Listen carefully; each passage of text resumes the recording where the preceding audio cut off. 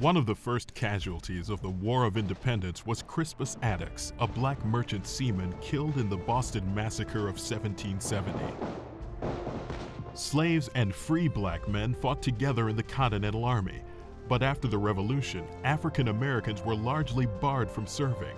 Some ignored the ban and fought valiantly in the War of 1812. Among the most famous black units of the Civil War was the 54th Massachusetts Regiment, whose heroic assault on Fort Wagner in South Carolina became legendary for the display of bravery against all odds. Lincoln's Emancipation Proclamation prompted thousands of freed and escaped slaves to fight in the Union Army and Navy. Their brave efforts helped to defeat slavery and gain the vote for African Americans. After the war, the Army maintained a number of black units. In the West, they helped preserve order on the lawless frontier. Native Americans called them Buffalo Soldiers. Among their feats in the Spanish-American War, the all-black 10th Cavalry Regiment assaulted San Juan Hill. With America's entry into the First World War, heroic units of black soldiers included the 369th Infantry Regiment. Known as the Harlem Hellfighters, they served on the front lines longer than any other American unit. A little over 20 years later, thousands of African Americans served courageously. During the bombing of Pearl Harbor, Dory Miller, an African American Navy steward, manned a machine gun to shoot down Japanese Zeros.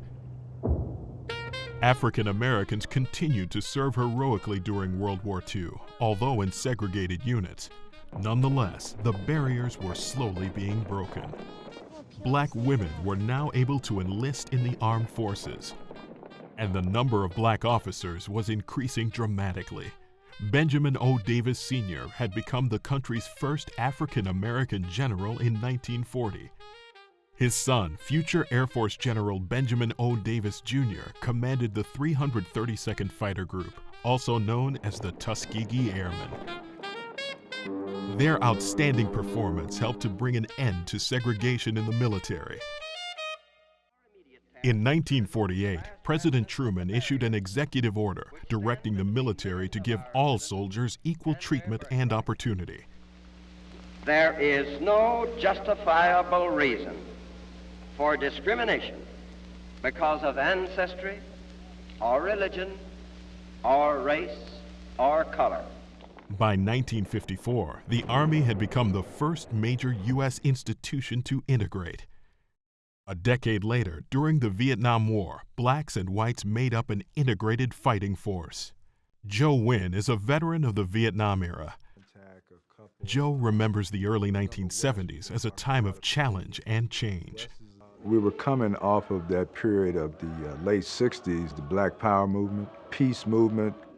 I would have to say there was racial tension, not only in Vietnam, but at many of the bases stateside as well.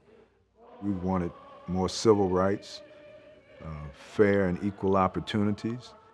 Same type of individuals who are challenging you at home were challenging you in the military.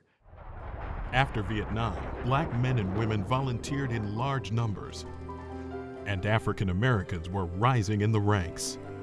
Samuel Gravely, first African American admiral in the U.S. Navy. Frank E. Peterson, Jr., first African American general in the Marines. Hazel Johnson Brown, first African American female general in the U.S. Army. General Colin Powell's appointment as chairman of the Joint Chiefs of Staff marked a high point in an extraordinary legacy of service. In Operation Desert Storm, he led U.S. Armed Forces to one of the most impressive victories in military history.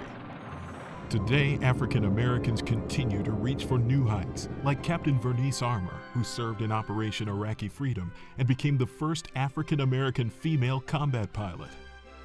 My dad was in the military, my grandfather was in the military. I'm also standing on very, very strong shoulders from the people that came before me, black female pilots, Tuskegee Airmen, General Peterson, first black aviator in the Marine Corps. African Americans have valiantly answered the call to defend our country time and again.